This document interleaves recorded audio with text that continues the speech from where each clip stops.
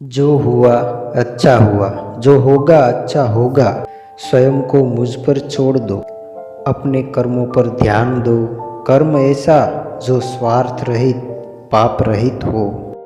श्री कृष्ण ने दुष्ट को भी अपनी गलती सुधारने का मौका दिया, क्योंकि वो किसी मनुष्य को नहीं, उनके अंदर के बुराई को मारना चाहते थे। संदेह की स्याही से संबंध के पुष्ट पर कभी शुभ अंकित नहीं होता। इसीलिए अपने मन के विचार और संबंधों का आधार दोनों ही शुभ रखें। मोहग्रस्त होकर अपने कर्तव्य पथ से हट जाना मूर्खता है, क्योंकि इससे तो ना तुम्हें स्वर्ग की प्राप्ति होगी और ना ही तुम्हारी कीर्ति बढ़ेगी।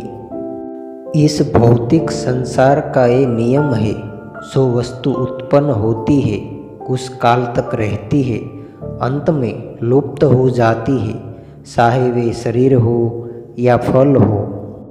यदि कोई व्यक्ति प्रेम से, भक्ति से पुष्प, फल, जल भी मुझ पर चढ़ा दे, तो उसी भाव से उसे स्वीकार करता हूँ, वह मेरा प्रिय भक्त होता है। उससे मत डरो जो वास्तविक नहीं है, ना कभी था ना कभी होगा। जो वास्तविक है वो हमेशा था और उसे कभी नष्ट नहीं किया जा सकता।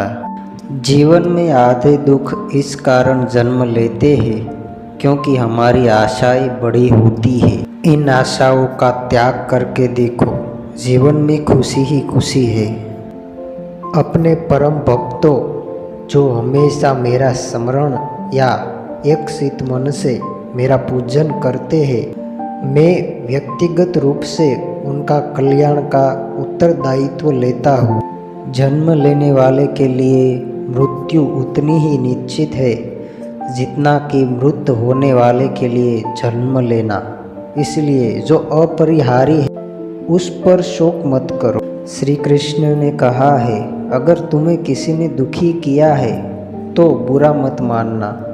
लोग उसी पेड़ पर पत्थर मारते हैं जिस पेड़ पर ज़्यादा मीठे फल होते हैं। ये सच बात है कि भूल करके इंसान कुछ सीखता है, परंतु इसका ये मतलब नहीं है वे जीवन भर भूल करता रहे और कहे कि हम सीख रहे हैं। श्री कृष्ण जी कहते हैं, इस जगत में मनुष्य भौतिक वस्तुओं का भोग कर सकता है, अगर वे चाहे तो सब कुछ छीन सकते हैं।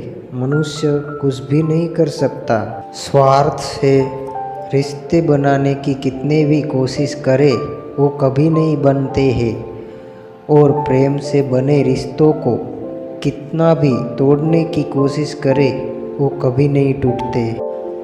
क्रोध से भ्रम पैदा होता है, भ्रम से बुद्धि व्यग्र होती है, जब बुद्धि व्यग्र होती है तब तर्क नष्ट हो जाता है, जब तर्क नष्ट होता है तब व्यक्ति का पतन हो जाता है।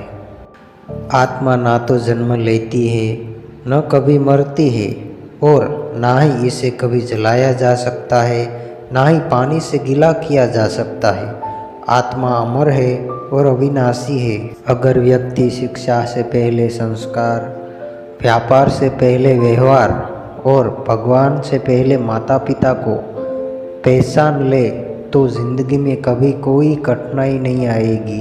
विषयों का चिंतन करने से विषयों की आसक्ति होती है, आसक्ति से इच्छा उत्पन्न होती है और इच्छाओं से क्रोध होता है, क्रोध से सम्मोह और अविवेक उत्पन्न होता है। श्री कृष्ण जी कहते हैं, जैसे प्राणी अपने पुराने कपड़े उतार कर फेंक देता है, नए कपड़े धारण करता है, उसी प्रकार ये आत्मा भी पुराने शरीर का त्याग करके नया शरीर प्राप्त करती है। तुम उसके लिए शोक करते हो जो शोक करने के योग्य नहीं है, और फिर भी ज्ञान की बातें करते हो।